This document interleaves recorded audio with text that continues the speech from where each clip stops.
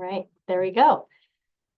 Okay, so again, thank you all for joining us today for our Heat Relief Network season kickoff. Today, the purpose of our meeting is to share information on the network, some heat data from 2024 to review with you all just to help situate the importance of our work and get to some site logistics for our 2025 season. So wanted to start by talk about our presenting partners today. We'll go through each of these very important people, but also want to talk with you all about the MAG, the Maricopa Association of Governments, role in the Heat Relief Network, as well as the role of the Maricopa County Department of Public Health. Really, we are working hand in hand each season to make sure that we are bringing a robust heat relief network to our community, along with a number of other very strong partners in our region.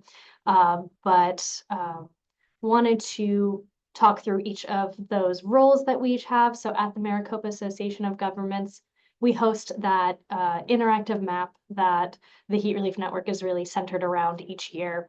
And we're also a main coordinating partner from sort of a strategic planning standpoint. And the Maricopa County Department of Public Health handles all of the heat surveillance, so all of the heat data collection around heat-related illness and death each summer, which is very important for understanding the impacts of heat in our region. And they're also a main coordinating partner for strategic purposes, as well as your main point of contact for all of those sites that are doing the work on the ground every year. So to start off, I'm Cleo Warner. I'm a senior planner over at the Human Services Department, or recently changed to the Community Initiatives Department at the Maricopa Association of Governments, or MAG. And then I will have each of the our county partners introduce themselves. Hi, can everyone hear me? Yes, we can. Perfect. Thank you, Cleo. My name is Melanie Rubio, and I'm a climate and health epidemiologist. Like Cleo mentioned, I work with the team that looks at the heat surveillance data, and I will go ahead and hand it off to Erin. Hey everyone, my name is Erin Appelt. I work for MCDPH as an evaluation analyst, and my role in the heat response is collecting data about how many visitors you are getting in your center. I'll pass it to Sierra. Hi everyone, I'm Sarah Lamb. I'm the Climate and Health Manager at Maricopa County. I'm the Program Manager for the Climate and Health team. I work with the contracts and operations. And we'll pass it off to Francisco. Good afternoon, everyone. Thanks for being here. My name is Francisco Garcia. I am the Heat Relief Program Coordinator for the Maricopa County Department of Public Health, and I help coordinate Heat Relief Network efforts through and with all you all here and just different partners. So welcome on. Thank you very much. And I think that was it for me. Back to Cleo. Thank you, everyone. Okay, so let's do a quick recap of the Heat Relief Network's mission and objectives, just so we are all on the same page.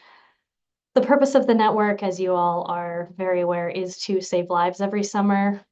If someone, as Chief Christ over at the City of Phoenix often says, if someone is indoors and with air conditioning and drinking water, it is impossible for them to die from a heat-related illness. So each of these deaths is preventable every year, and our job is to make sure that there is a network that supports that work.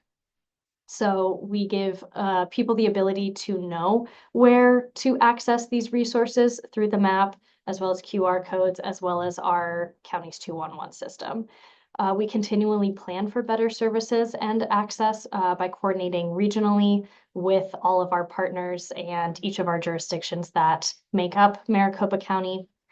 We know this is important work, but we're going to review the 2024 heat-related illness and death numbers to better situate how impactful this work is in our region. So with that quick overview of the network purpose, I will now pass it over to our county folks for Melanie to present that heat-related deaths review.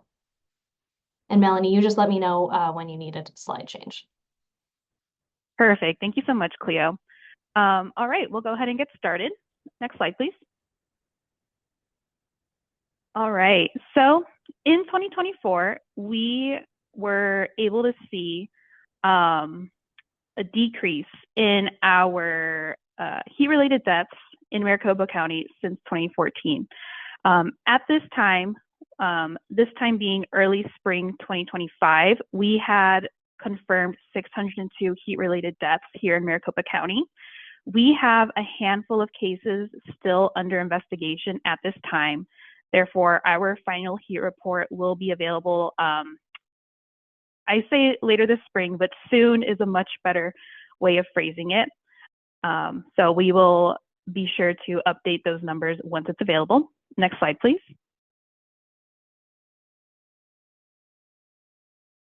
When we look at our heat-related deaths from 2024 by specific demographics, they are similar to what we have seen in years previous.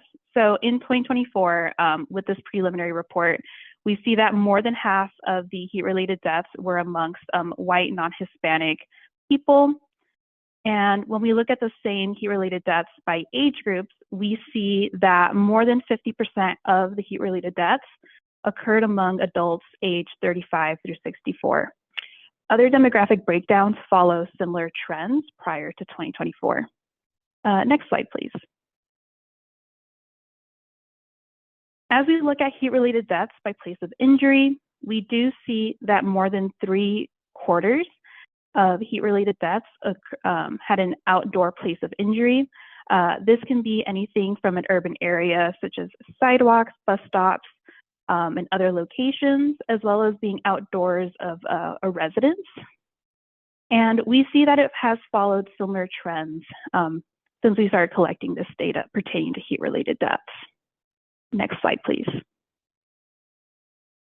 As for the living situation of our heat-related deaths, we do see that 50% of heat-related deaths were amongst people who were experiencing homelessness here in Maricopa County. While, yes, there was a decrease in the heat-related deaths, we do see that the proportion of people experiencing homelessness did slightly increase. Next slide, please. In 2024, we were looking at substance use involvements among our heat-related deaths in Maricopa County. We took a slightly different approach this year as we look at heat-related deaths involving substances. Were classified based on cause of death on the death certificate in combination with toxicology data that we were able to retrieve from the Office of the Medical Examiner. In 2024, we see that 58% of heat-related deaths had some substance use involved. Next slide, please. And this substance use, here we have broken it down by specific substances. In the top left corner, we see stimulant specific, and 89% of heat-related deaths that had substance use involved stimulants, and correspondingly, 44% of substance use involved heat-related deaths involved opioids. For both of these substances, the trends, looking back through 2020, the trends are similar for the proportions amongst heat-related deaths. Our final report will also include these, as well as the methodology described and how these are calculated. And I believe this is my last slide, so I don't know if I have a final one, but like I said, our final heat report will be available soon. Right after this, I will be dropping the link to our full preliminary report so you can view these figures again. And if you have any questions, our information will be in that report as well. I'll hand it back to you, Cleo. Thank you, Melanie. Really amazing overview of the data you all have collected. Also, just a quick update, I accidentally had the chat disabled. It should now be enabled. So if you have any questions about this process so far, please feel free to put them in the chat. Okay, so next we are going to switch gears to talk about the registration process, how to get you all involved, or maybe those you know involved with signing up to be heat relief network sites. So this process got a little bit of an overhaul last year, and we are continuing to tweak it a bit to try to make it as streamlined as possible for those who are signing up, but also gather all of the information we need for us working on the back end to best know what services are out there in our community and how we get that reflected on the map and what information we need to collect for emergency purposes. So when you register or you go to register to be a heat relief site, you go to azmag.gov/heat relief, where you will find the link that will bring you to this document on the left side of the screen, the Heat Relief Network site standards and expectations. This is essentially an agreement form where you walk through, I know it's a lot of text on there, but it is all important, prefacing information for our standards and expectations that were community agreed upon for our network sites. You walk through each of those standards and expectations for the type of site you will be signing up for and agree to adhere to those standards. Once you agree to them, you will get automatically directed to that document you see on the right of your screen, the site application form. You will also get sent an email that has the link directly to that application form, so that if you're not ready to fill it all out right away, we understand it is a lot of information, sometimes takes a couple tries, then you do have that link in your email to revisit it. The site application form is the form where you put in all of your information that we need from you in order for you to show up on the map. Your first objective will be typing in or selecting the name of your organization. If you have already signed up in the past, the name of your organization will be in that selection bar. If it is not there, then there is an other option and you will type in a brand new organization. So something to note for a slight change in the registration process this year is that previously donation and collection sites were not sort of their own isolated icon on our map, but anyone who clicked that they were accepting or collecting donations got an additional icon on top of being like a hydration station or a cooling center. They also had an icon for a collection and donation site. This year, we are really trying to narrow down that scope so that we have a better understanding of who specifically are the sites that can accept and distribute donations. So you will only show up on the map this year if you are a collection site that is only collecting donations. If you are also offering heat relief, then it'll be an option for you on the application that you are also accepting donations, and people will still be able to see that on the map, but you'll only receive that pink donation collection icon if that is the only service you are providing. So, really important, changing hours or operations throughout the summer. We know that plans change and that emergencies come up, ACs go out, plumbing systems flood. This happens, to each of our sites at one point or another throughout the season. So if anything changes throughout the summer, please notify us. Our map is really only as useful as the information you all give us for what hours and days you are operating. So if anything changes throughout the season, or you take a look at the map and it looks like the hours were not entered correctly originally on the application, please reach out to Francisco so that we can ensure that that information is collected properly. And now I am going to kick it back over to the county. Francisco is going to walk us through a bunch of communication and resource access details for you all this summer. Thank you very much, Cleo. And again, thank you all for joining today and taking the moment to join and put in an effort towards heat relief this season. Before I get started, I'm getting over the sniffles, so I'm sorry if you hear me cough or clear my throat throughout as I present. Nevertheless, before anything, actually, I wanted you all to look around the virtual room and just recognize the collaboration of what Heat Relief Network is, right? We've got community-based organizations, different county departments, healthcare providers, volunteers, advocates, academic and research partners, and cities and municipal partners which reminds me, for those that are IGA or RFP assisted sites, please stay after we get through the entire slide deck here. We do have some updates and wanted to go over the invoice guidance one more time as a kickoff for the season. So next slide, please. All right, so last season we started meeting month to month, all the way down to frontline staff at heat relief sites to ensure that we created that platform of communication to where everyone can come together and get to know each other's efforts a little bit better and collaborate and learn best practices. And so we're going to continue that this season on, as of now, the third Wednesday of every month from 2 to 3, unless popular demand says otherwise. This is your network. May through October, and any meetings leading into November would mostly be around debriefing this season, but we'll talk about those when we get there. And we're looking at the first meeting being Wednesday, May 21st. These meetings are typically about an hour long. And I do leave out 30 minutes afterwards, or like to stay 30 minutes afterwards for anyone that wants to stick around and virtually network.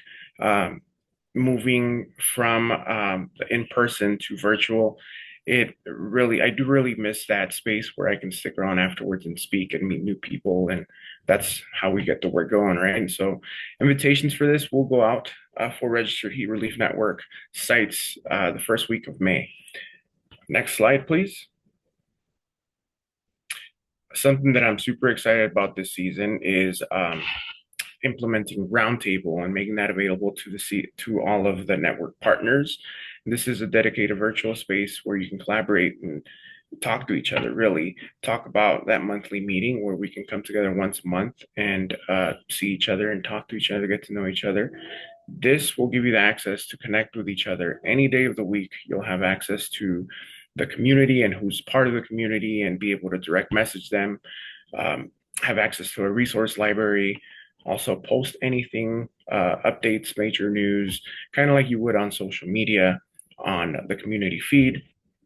And there's also a community calendar where you can post your events and follow any community events that are happening around heat relief.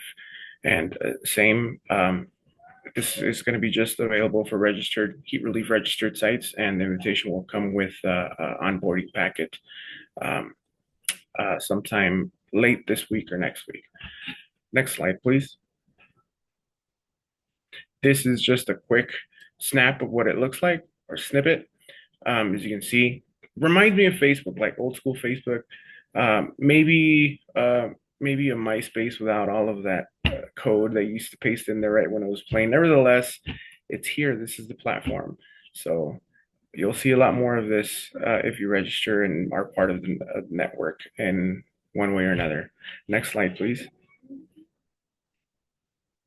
All right, so we are lucky to have the support of many county staff, including public health liaisons and community health specialists that will be circulating the community and heat relief sites to have some check-ins and more or less these are supportive visits to provide on-the-ground guidance or access to any resources that we may have for your site and understanding what's going on at your site. And so these aren't necessarily set up to be happening on any schedule, so or anything like that. So just we ask that sites be open to receiving county staff member that would come by, introduce themselves as who they are, public health liaisons or community health specialists, and talk to you about your site. Next slide, please. All right, so access to resources. If you've been part of the Heat Relief Network for a while, you know that resources are not always widely available.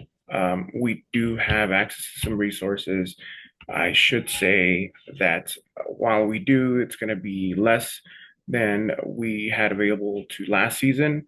Nevertheless, through partnerships with the United Way and St. Mary's Food Bank, we'll be able to provide water distribution, and heat relief materials like hats, cooling towels, sunscreen, etc., when available.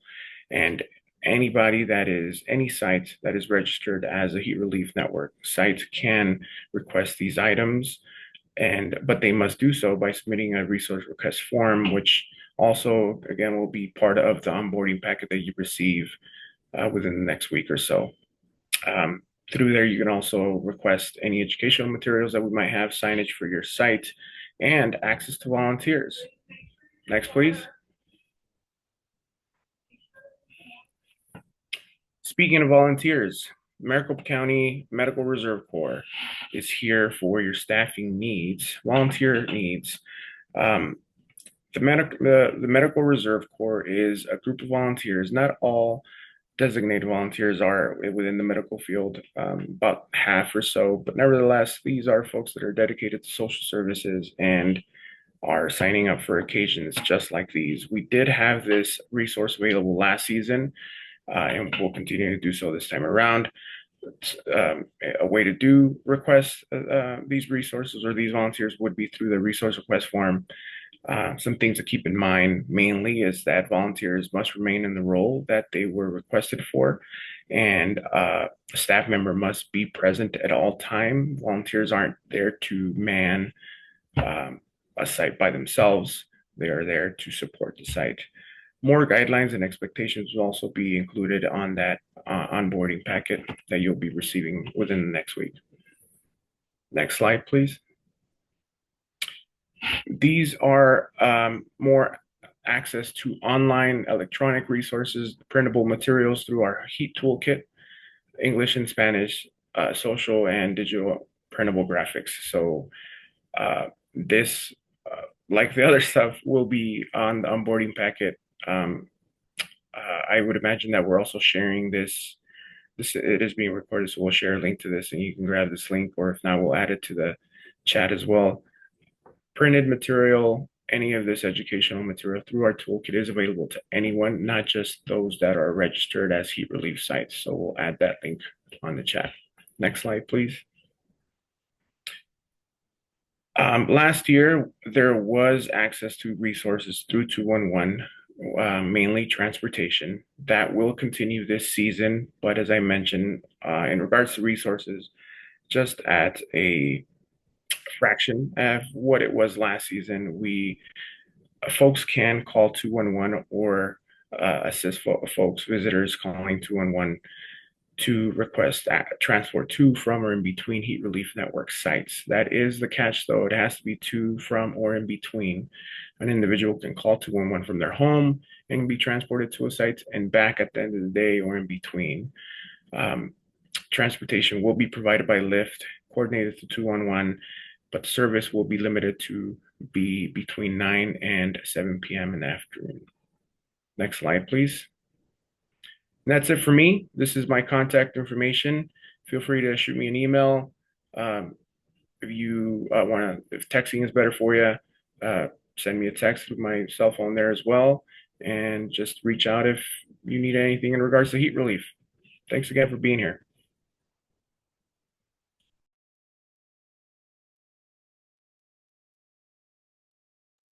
Hi, everyone. I am here to talk about our daily heat relief survey that you'll all have access to. We sent this out last year, but it was kind of a quick push out to the heat relief community. And this year we hope that we're increasing awareness about this so we can get some more data. Next slide, please. So quick overview of last year, there were 44 different heat relief centers who participated in our daily survey. They submitted between those 44 centers, 2,602 daily surveys, which is awesome. But as you can imagine, I've set a pretty ambitious goal for this year. What did we use this data for? MCDPH applied for a climate and justice grant application, applied for a climate and justice grant, and the data that we had on number of visits, and information such as that was really helpful in making the case for why we needed this money to fund heat relief in Maricopa County. We were able to use the data to make improvements to our data collection tool, make sure that we are collecting information that we can utilize and that makes the most sense. And we also communicated about available capacity during extended hours at some of our locations. Next slide, please. So in 2025, I'm hoping that we get 70 centers to participate regularly. And what that would allow us to do is to do an even better job of quantifying the need for heat relief when seeking funding. I believe the 44 was about 35% of the heat relief network. So I'm looking to bump that number up to a more representative sample so we can really do a better job explaining the need for heat relief, how frequently people are visiting, and so on. Helps us to understand what improvements we might need to make to the heat relief network, and can help us to understand what is working well and that we should not change or try to improve because we're already doing well in this area and achieving our goals. Next slide, please. So we created several tools for all of you, and you'll have access to all of these. There is an offline, so I'm going from left to right on the screen. There's an offline reporting template that you can use if you don't already have a way that you keep track of information throughout the day. So when you go to fill out the survey, everything you need is just right there on one piece of paper or in one Word document on a computer. We have created a tutorial video that will walk you through when should the survey be completed, what are each of these questions asking you for, and then as an accompaniment to the video, we've got a job aid that is pretty much the exact same information as what is in that video. But again, giving you step by step, here's how to fill out this survey correctly. Next slide. But just really quickly, you'll have all of those resources, so you don't have to remember any of this at all. You'll receive a flyer that looks like the one up on the screen right now. It will have a unique link. So if you filled out the survey last year, you needed to choose the city that you are in and then scroll through and find your site name in a list. This year, we're working on getting it set up so that everybody can have a unique link. So when you click on it or use the QR code, the location information is already pre-filled. And from there, the information we need is the date that you are entering information from, your total number of visitors for the day, head counts at 2 p.m. and 6 p.m. And they have asterisks next to them because if you're not open past 2:30, we won't ask you for a head count at 2 p.m. If you're not open past 6:30, we won't ask you for a head count at 6:30 p.m. But you won't have to figure that out. The survey will only show you what is appropriate for you to be answering. Did you have to turn anyone away or ask them to leave? And then did you have any issues that caused an interruption in heat relief services? I believe that is my last slide. Thank you very much. Thank you, everyone, Francisco and Aaron, for those overviews.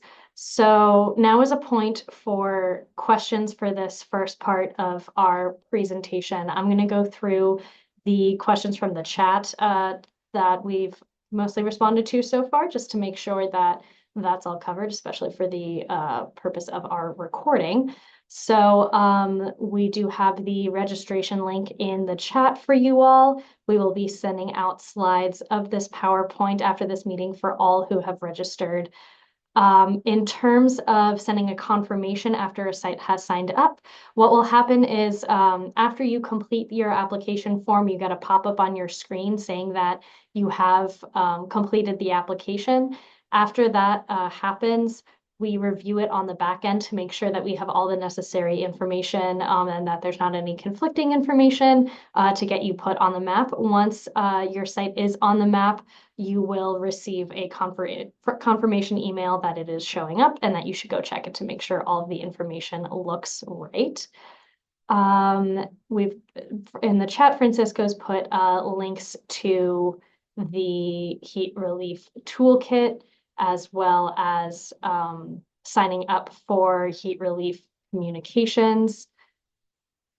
I have a question in here from Barbara suggesting the availability of refillable bottles. Barbara, I know that, each year resources are tight. There are various partners that have provided refillable bottles to sites. I know the city of Phoenix used to have some, so it's definitely something that we can note as needed and see if that is something that is an option in any of the resource pools we have. Francisco, I don't know if you have anything else to add when it comes to refillable bottles specifically. It may be part of the materials that the United Way and some partners are donating as the season goes on, but that will just be available when it becomes available. Unfortunately, there is no formal funding for any resources whatsoever in regards to extreme heat at the moment, and we are going along as we have always and relying heavily on each other and our networks to provide these resources. Thanks for that. Cleo, Mhm. this is Barbara Lukowitz. My point is that if you're a cooling center and most of the people are going to be around all day, it makes more sense for those people in cooling centers to have the refillable bottles so that they can go to, a drinking fountain or someplace else. And then then you're able to use the non-refillable bottles, the pass-out bottles for the people who aren't always able to come to a cooling center. It just makes more sense to me that those bottles get out on the street, and then that will lower the outdoor count that we have. That's the point that I'm trying to make. Thanks for providing that information to us, and we'll definitely take note of that for any distribution or any power over distribution of refillable water bottles that we might have, specifically to those cooling or respite centers where people are stationary. Thank you. Mm-hmm. And then Ray, I see a question from you in the chat. As mentioned, we will send emails out confirming that you have fully registered and that all your information looks good once the map is available on May 1st. If you are needing confirmation before that, please reach out to me in the chat saying like, hey, if you could just send me a quick email letting me know that my information went through, we could definitely do that. But you'll receive sort of the more official confirmation that your information's on the map after May 1st once the map is actually available. Any other questions?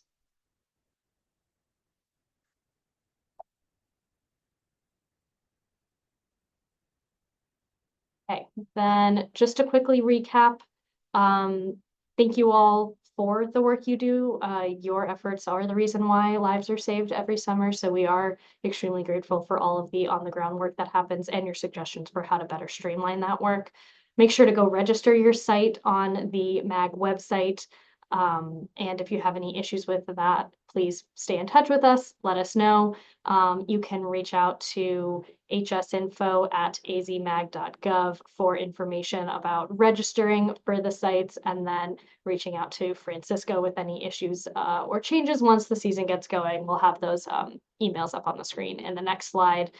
And making sure that we're staying in touch throughout the summer with those meetings specifically geared towards people who are running sites and working on the ground and making sure we're staying connected and know what you all need.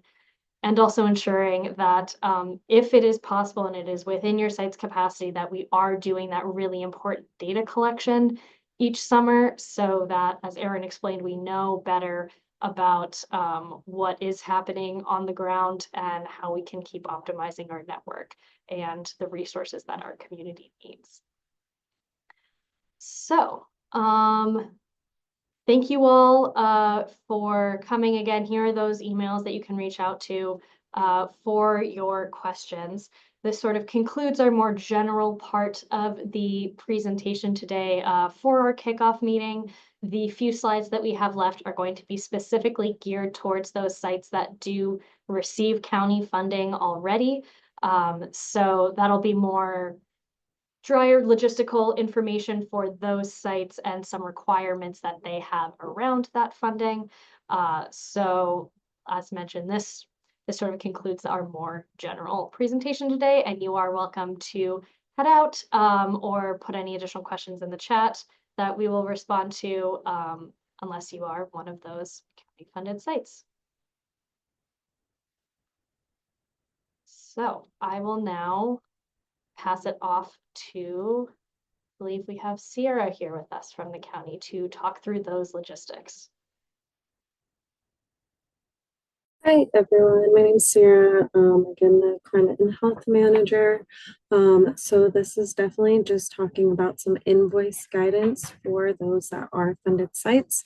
So if you're not a funded site, you might find this information a little bit boring or not useful. So this is just for those who are submitting invoices over to the county. It's just kind of a reminder of the information that needs to be on that invoice and some edit in some formats. We're asking that the way that we send over the invoice to everyone, that you do not change that format and you keep it in Excel. It saves the formulas and it doesn't change anything for us. We had some issues last year, so we're just asking that it remains in that Excel format. All carryover funds from last year will be tracked on the invoice this year. That is something new that we updated from 2024. We created a new column for the carryover year next to the approved budget and the current reporting. The invoices must be submitted before any payments are going to be made over to them. And for the invoices, the deadlines are going to be the 25th of the following month. So our first deadline that we're looking at is going to be June 25th. That's going to be for May's invoices. And then the final deadline being in November. We can go ahead and go to the next slide. And just a reminder for the points of contact, you can always include me in any contact when it comes to the contracts. I am managing the contracts and operations, and then these are just a list of all of our other Maricopa County points of contacts that you might have questions for. Francisco Garcia being our heat leaf coordinator. Brian is who does our invoicing, so if it is an invoicing related question, you can reach out to him. Courtney is our she is our communications, our PIO, so any type of communications or media question, you can reach out to Courtney. Erin Apple is our evaluation for those daily surveys, so if you do have any questions on the daily surveys, that is her information, and Erin Gettle has all of our data points for EPI. And again, if you do reach out to any of these additional points of contacts, please include me in that email as well. Can go ahead and go to the next slide. Do I have any questions from those that are still remaining in regards to the invoicing? Yeah, there is a question in the chat that just sort of regards who these county funded sites are generally and how one becomes one. I'm wondering if you could give just a quick background of how that process worked. Yes, so the county funded sites, we have worked with 5 cities, Phoenix, Tempe, Mesa, Chandler, and Glendale, and we have contracts put in place and they have selected sites within that they are using the funding towards. So this was picked, we worked through this last year, so we don't have any additional funds at this time to bring on more city partners or RFP funded sites. But so the cities are picking which sites are selected within their region each year. So that was the process for that. That was something that was created last year. And the invoicing slides, I see that there's a question regarding that. That is all part of the same PowerPoint. So those will be included with this presentation when it gets shared with everyone. Okay. And then, so does anyone else have any other additional questions?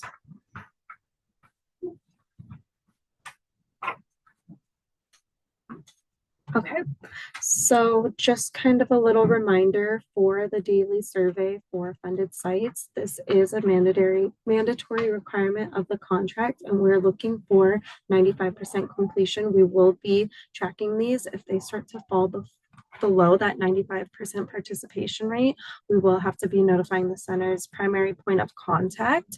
And so we really ask that you are doing these. We are tracking to make sure. We will be sending over letters and invoice templates soon to the IGA contract point of contacts. And then other than that, we are here to help. Oh, I see another question asking about signage. We have some signage already on hand and we are ordering more. So once our resource request form is live, you can go ahead and request signage through that form and we can get some over to you. And other than that, yes, we're here to help and thank you so much for being here.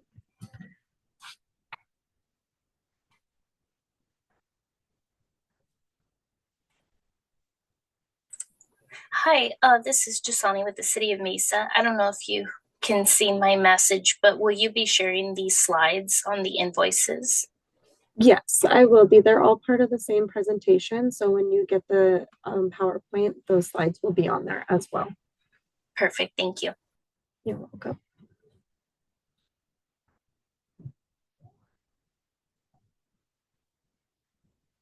Okay. So if we do not have any other questions, then we can wrap up our kickoff meeting today. Thank you all so much for coming and hearing out this information.